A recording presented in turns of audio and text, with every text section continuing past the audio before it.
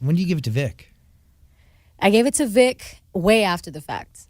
I was in a session with Omaz, who mixed the project, Omaz Keith, and Vic came through the session, and at the end of the session I played it for both of them for the first time, and they were like, "What the okay, cool." Like, this is cool. And then he was just like, "Whatever you need, like, let me know." And I was like, so when I was listening back and just trying to decide who to be a feature on that, he just perfectly clicked. And yeah, he's just so honest and raw in his approach as well, and he's not afraid to tackle concepts like mental health, and I appreciate that. Great verse. Thank you. Yeah. Really a great song. He had a great verse on it. Oh yeah, he killed that. Really good. And his cadence and the way that he wrote it, it was nuts. Penmanship. Well, when you say, I think I might need some help, I don't feel like myself, what exactly were you going through when you were making the song or writing the song? What do you think? A lot? Depression? Well, Depression? Heard of her? Yeah, man. I suffer a lot with anxiety and depression. I go in and out of it. But also I've realized, for me personally, this is my own personal journey with my own mental health. I want to put a huge disclaimer out there. For me, it's spiritual.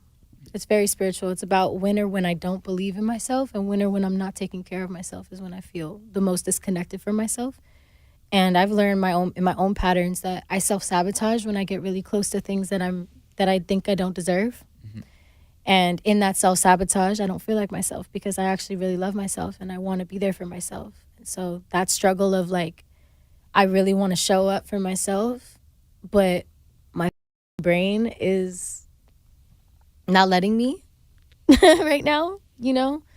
That's what that was about. Is it hard to channel that into a record? Like, what state are you in? Are you in, like, do you get what I'm saying? No, it wasn't difficult. I'm a very vulnerable, honest person. And especially with someone like Oak is like a brother to me. Like, he's been there for me in like major life moments as well. And so it was easy to be vulnerable around him. I think I might be too comfortable talking about my mental health. I don't know. Are you disconnected from yourself at the time of writing it, or are you connected? I'm always both. Okay. So you're always both? I go in and out of both. Even while you're writing? Even while I'm writing. When I'm writing, I'm very connected to, it's like a channel type of thing. It's like because a lot of the time when I'm expressing something in a song, I don't necessarily know that I'm feeling it. That's why I'm expressing it, because that's what writing is for me. It's how I get to the bottom of where I'm at, you know? So while I'm writing it, it's like a cathartic process of figuring it out, you know? Yeah. So a lot of the time, I don't know about y'all, if you struggle with this at all, but like when I'm feeling disconnected from myself, I try to lie to myself about it. I'm not like, I'm depressed. Like, I have a lot to do, and there's a lot going on in my life. I can't just like be depressed, you know? As like, you know, they can't just do it and just fall into it. You have to kind of keep going. So a lot of the time I've trained my brain during the 9 years that I've been in this industry to shut off feeling out pain, you know, when it comes up, because a lot of the time something will come up and you got to be on stage. Totally. You got to do an interview. Yeah. You got to meet this person. Got to keep going. You got to keep going. You got to smile. Yeah. You got to meet. You know what I'm saying? You don't pause to you don't tackle pause, anything and, to fix it. if you take the time to pause, it's gonna be on camera, and people are gonna be talking about how, you know, whatever they feel about your personal moment that was not for them. So that happened in front of them. Having time to disconnect and not go from one thing to the other leaves you with a lot of time to face and stewing. Amen. And marinating. Yes, sir. So how many songs do you write attempting to do the project? I have a lot of songs. I have like 50 something songs, but also I write beyond songs. Like I have journals on journals, and like some I've lost, LOL. Did you always keep journals? Yeah. I started when I was like 7. Oh, wow. Or 6. You kept them all through Fifth Harmony? I kept a few. One of them a bus driver threw away in the middle of Arizona. Oh. What? And it was so depressing because I had written so much in there. But it took me like 3 months to get over that. I literally cried. Why it was an accident. No, we left behind a lot of like books that were gifted and stuff. And he just and I left it by accident in my bunk. And he just did a major dump in Arizona. And I would love to read through that. Right? Somewhere man. in the trash in a landfill somewhere. Had a lot of pain in it.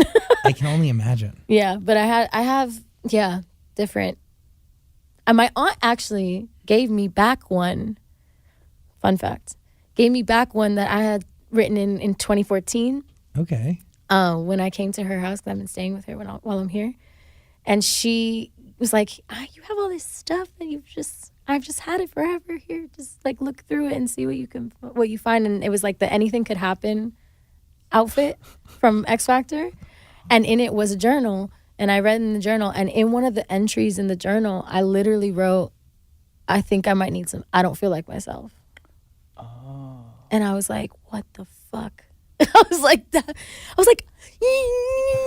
connections. You knew. Like, it was wild. It was dated 2014. I was like, this is. So that was after the song was written that you found. Oh, yeah. Wow. Yeah. After the song was written. It was crazy. I had a really deep moment with myself. I cried hysterically. I was like, Mama, I'm proud of you. We got that out of our systems and we're thriving now. Internal tears.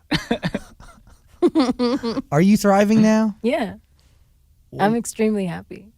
That's great. Yeah, and I go in and out of it, to be fair. Like, I'm not like always all the time animada, but I know that I'm doing what I'm supposed to do. I feel so aligned in my life. I feel like I have the right people around me. I feel a lot of love, and I've been really focused on joy and cultivating that and being present. And the more present that I get and the more I pray for that, the more present I am and enjoying life and in the moment, you know, instead of like mechanating all the time. Don't want to say. Was it important for you to sing in Spanish on this project? Song hits you right in the genitals, doesn't it? In the genitals! Wow. You saw that tweet? Yes, Y'all I be did. watching my Twitter, huh? Yep.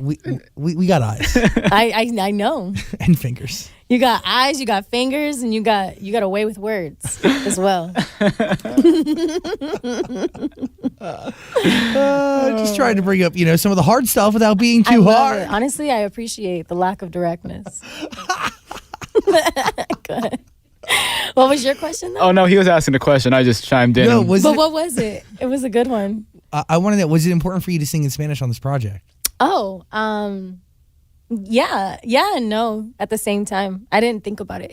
This is just how it flowed out of me when it was happening. Yeah, I wrote this with actually Paulie Famous, and Paul doesn't speak any Spanish at all. And so we were like doing it, and I was like, damn, this is so sexy, man. Like, I feel like I gotta speak Spanish. And then I said something dirty in Spanish that my mom helped me proofread, and it was great. What'd you say? I can't understand this. You can't understand? You want me to translate it? Yeah. Okay. I say, te espero. Abre esa boca, dime una cosa. It means I'll wait on you. Open your mouth, say something. Say something to me. No tengas miedo, bebé. Acerca y atrévete. It means don't be scared, baby. Like, come closer. I dare you. Atrévete is really, it's difficult to directly translate, but atrévete is like, I'm daring him to dare himself. Got it. Or herself. Them. Okay. You know? Okay. Ya sé que sabes bien lo que hacer. I already know that you know exactly what to do. Con este cuerpo que miras como si tuvieras sed. Which means the way that I already know that you know what to do with this body that you look at like you're thirsty. That does Like hit you could use some water. Giddy up. Ooh. Giddy up. Are you thinking of someone when you're writing that? I was when I wrote it. Really? I was. I'm not going to say the story. I'm like, this is a little too personal. No, Story behind who? it. No. We're not getting all the way ooh. I do want details. I know you do, Zach. But I know you like those details. I also know that the people consider you one of the queer icons. Well, thank you. That is correct, right? Well, I'll take it. I love that. So rumor around Queer Street USA. On the Queer Street USA, heard on the street that you're kind of a little icon. Yeah, I just want to know who are you writing? Queer-icon. Yeah, who are you writing about? Is it? I mean, I don't want to. It was a couple people. I'm not going to gender anybody. A couple people. It was a couple people I wrote it about. Do they know they have this honor of this song? I played it for them. all at once? You held a meeting? I held Everybody a in whole the room. meeting for the two of them. And we had a conversation. No, I'm The just two of them. I'm it's getting hot in here, huh? Maybe No, it's I'm the just sweater. kidding. I'm not kidding, but I am. No, but also what I love about that song is it evolves because those people aren't even in my life anymore. But this song still has Meaning? She just is potent. She just keeps narrating moments. Interesting. Mm-hmm. I like her. She's sexy. The song. Do you listen back to your own music when you come in contact with a moment in your life that like really is I don't know if I could listen to myself while I have sex. I don't know if I could do that. Oh God. That might be a little much. I mean, that would be really uncomfortable for you, the person you're with. Or it could be hot. I don't know. I mean, you must have been thinking about that when you're writing the song, so. I was thinking about sex. You're right. For a reason. Maybe. I don't know, man. I'll keep you updated. Has anybody played Hasn't happened yet. Okay. Hasn't happened yet. Has anybody played their music for you while getting intimate with them? Played their music for me? Yeah, while getting intimate with them. Is that your weird way of asking me if I've been with an artist? You've definitely been with an artist. I met somebody you were met with. some of my exes? Weren't you with Ty Dolla $ign? No, yeah. Yes, I was. And yes, sometimes we did. But no, that's not the point. That's not the point. We're moving on from that one. Oh, it's the past moment. Who are you apologizing to and sorry? What? You're a sneaky mother. Like, you. God, welcome to the couch. It's been a long time. It's the segues. It's the segues. You're creative. You're creative and exploratory. I'm trying. I know you're trying. What do you think? Based off of that reaction. No, yeah. No, though, yeah. A relationship meant a lot to me. So, yeah, a lot of this, it moved me to write music. And by the way, like, that is, I mean, is that what you want out of a relationship? What, that it moves you to the point of music? Definitely. Yeah. Otherwise, what the was I doing there? Exactly. Yeah. I mean, I'm an artist. That's also in my song On Guard. I say, what is it that I say? I got the lyrics in front of me. What do you need here? Wait, what is it that I say? Can you pull up the lyrics? Dan has them. I got them. Hold on, let's pull them up behind me. Pull up the lyrics. I say it somewhere. Is that it? Okay, wait. Go down. Thank you, genius. We're big fans. Take a look under my heart, run your hands over my scars, maybe too much, so I gotta see who you are before you inspire the art. You feel me? Yeah. That was a terrible sing-along, but no, I like that. I can sing, I promise. Go listen to this song. So you really, I mean, you need to get a convincing rendition. Oh, yeah, very. A singer. No, but but like, at what point in the relationship do you realize that you're in this for art? Is it when it's over? Oh, I'm not in anything for art. Let's start there. Oh, I am. I don't get into situations specifically to write about them. Like, I'm sure there's people who do that, but I don't do that. The only reason I live in my house is so I have something to talk about on the radio. Yeah. Honestly, I respect that. Thanks. We all have our that drives us. It's so but I will say that I'm moved by emotion. Okay. That's where my writing comes from. Life experience, emotion. But positive or negative? Both. Yeah. Don't you experience both positive and negative emotions? Totally. But do you write about the positive ones? Man, is that another dig? You out here digging at me, sir? Just wondering. Like, are you sitting on the Don't want to say it's a very happy song. Okay. Got it. Yeah, it is. It is. It is sexual, yeah. It is very, yeah.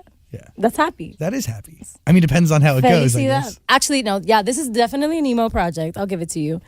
This was an emo project because I needed to get my feelings out, and I did. And these were the tougher emotions, the vulnerability. That's what this project is. It's like me in a catharsis mode of getting the difficult emotions out through art. What do you learn about yourself after getting this baby out there into the world? I learned a lot about myself through this process, honestly. So many things. But I guess one of the most pertinent lessons was that I'm resilient. Like, really, honestly, truly, I will keep on my mission no matter what. And I also learned a lot about just trusting myself and my intuition the first time and moving with that and allowing that to be what guides me, because it's always been what's guided me and it's got me to where I am. I learned a lot about music, like just as a musician, I grew a lot as an artist through this process because I worked with so many beautiful collaborators who helped me grow as a person and as an artist and as a songwriter. I hope to do that more. I hope to get even more collaborative and more open because I feel like this time I was probably a little more strict about who I was working with and what I was working with because I was so protective of like, this needs to be me. I need to prove to myself that I can do this, that art is my, because I had lost my connection with it for a while. Like I really didn't think I could do it. and then I reconnected. What changes? What brings on that reconnection? Doing it. Just pushing yourself. Pushing yourself and showing up for yourself and doing it. It's a big one. Yeah. That's literally it. That's the only way you can get better. That's the only way you can figure out if you can do something or not is like doing it. You talked about your gut. And learning, I'm sorry, excuse me. No, you go. Just like learning not to allow failure to deter you. Not allowing the no's and the rejection and all that kind of stuff to deter your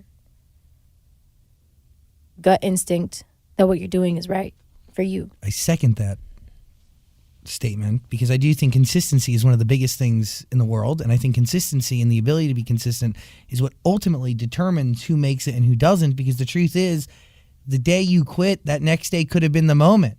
And like it doesn't matter if you're doing it to 5 people, 2 people, 100 people, whatever, like you're never going to get to where you want to go if you don't just show the up. Exactly. I agree. You talked about trusting your gut and it getting stronger. Do you only trust your gut after you've been in moments where you should have trusted your gut and you didn't? Yeah, unfortunately. Yeah, I mean, I feel like when I was younger, I had this kind of free-flowing trust of self that was so strong, and I didn't realize it was so strong until it wasn't. And then when it wasn't, I was like, what the f*** is wrong with me, man? Like, this used to be my I didn't doubt for a second what I was supposed to be doing. That's why I did what I did.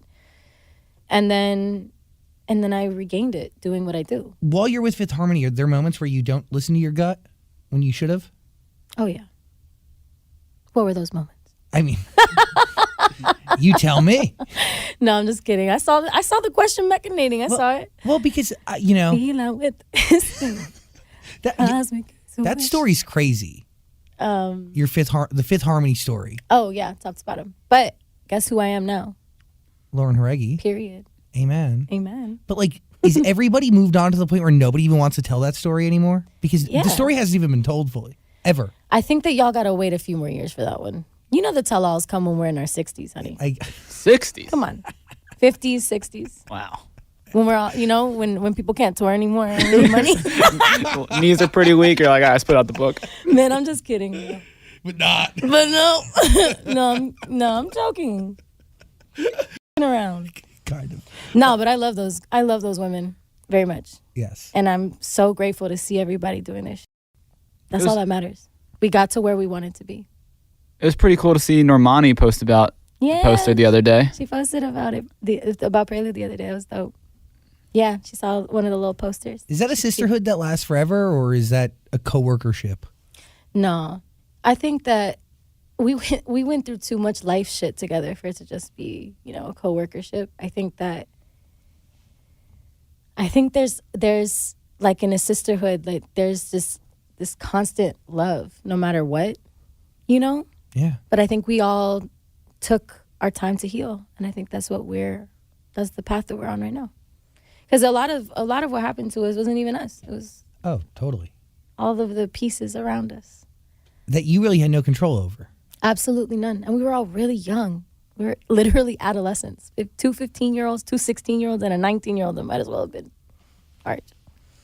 It's really interesting because you're on yourself. You all are on this journey of self and finding yourself through art. I think things that you weren't really allowed to do, like things that got paused once you ended up winning and the group was formed. Mm-hmm. And then at the same time, we got third place, but we won. Well, yeah. You totally, I mean, come on. We won. Yes. But the thing that I do, and maybe we'll probably edit this out, but like, maybe we'll edit this out or maybe not. Or maybe. We'll probably keep it. I do think about. I know y'all. You'll keep it. I think about the story of Fifth Harmony, and we had Mel C on our couch the other day of the Spice Girls, and they're rather iconic a little bit, and the tiny bit. The one thing Spice Girls. that they had and that they made it very clear was they insulated themselves, like amongst the girls, and nobody was allowed in. So when you talk about these other pieces above you, like and around you, powers and energies larger than you and out of your control, you know, the group was penetrated.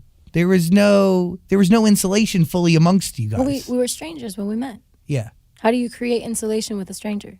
You realize that you're in this together. Is that what happens, Zach? Have you been through it? No, Exactly. but I think I think It's hard. of course it's hard.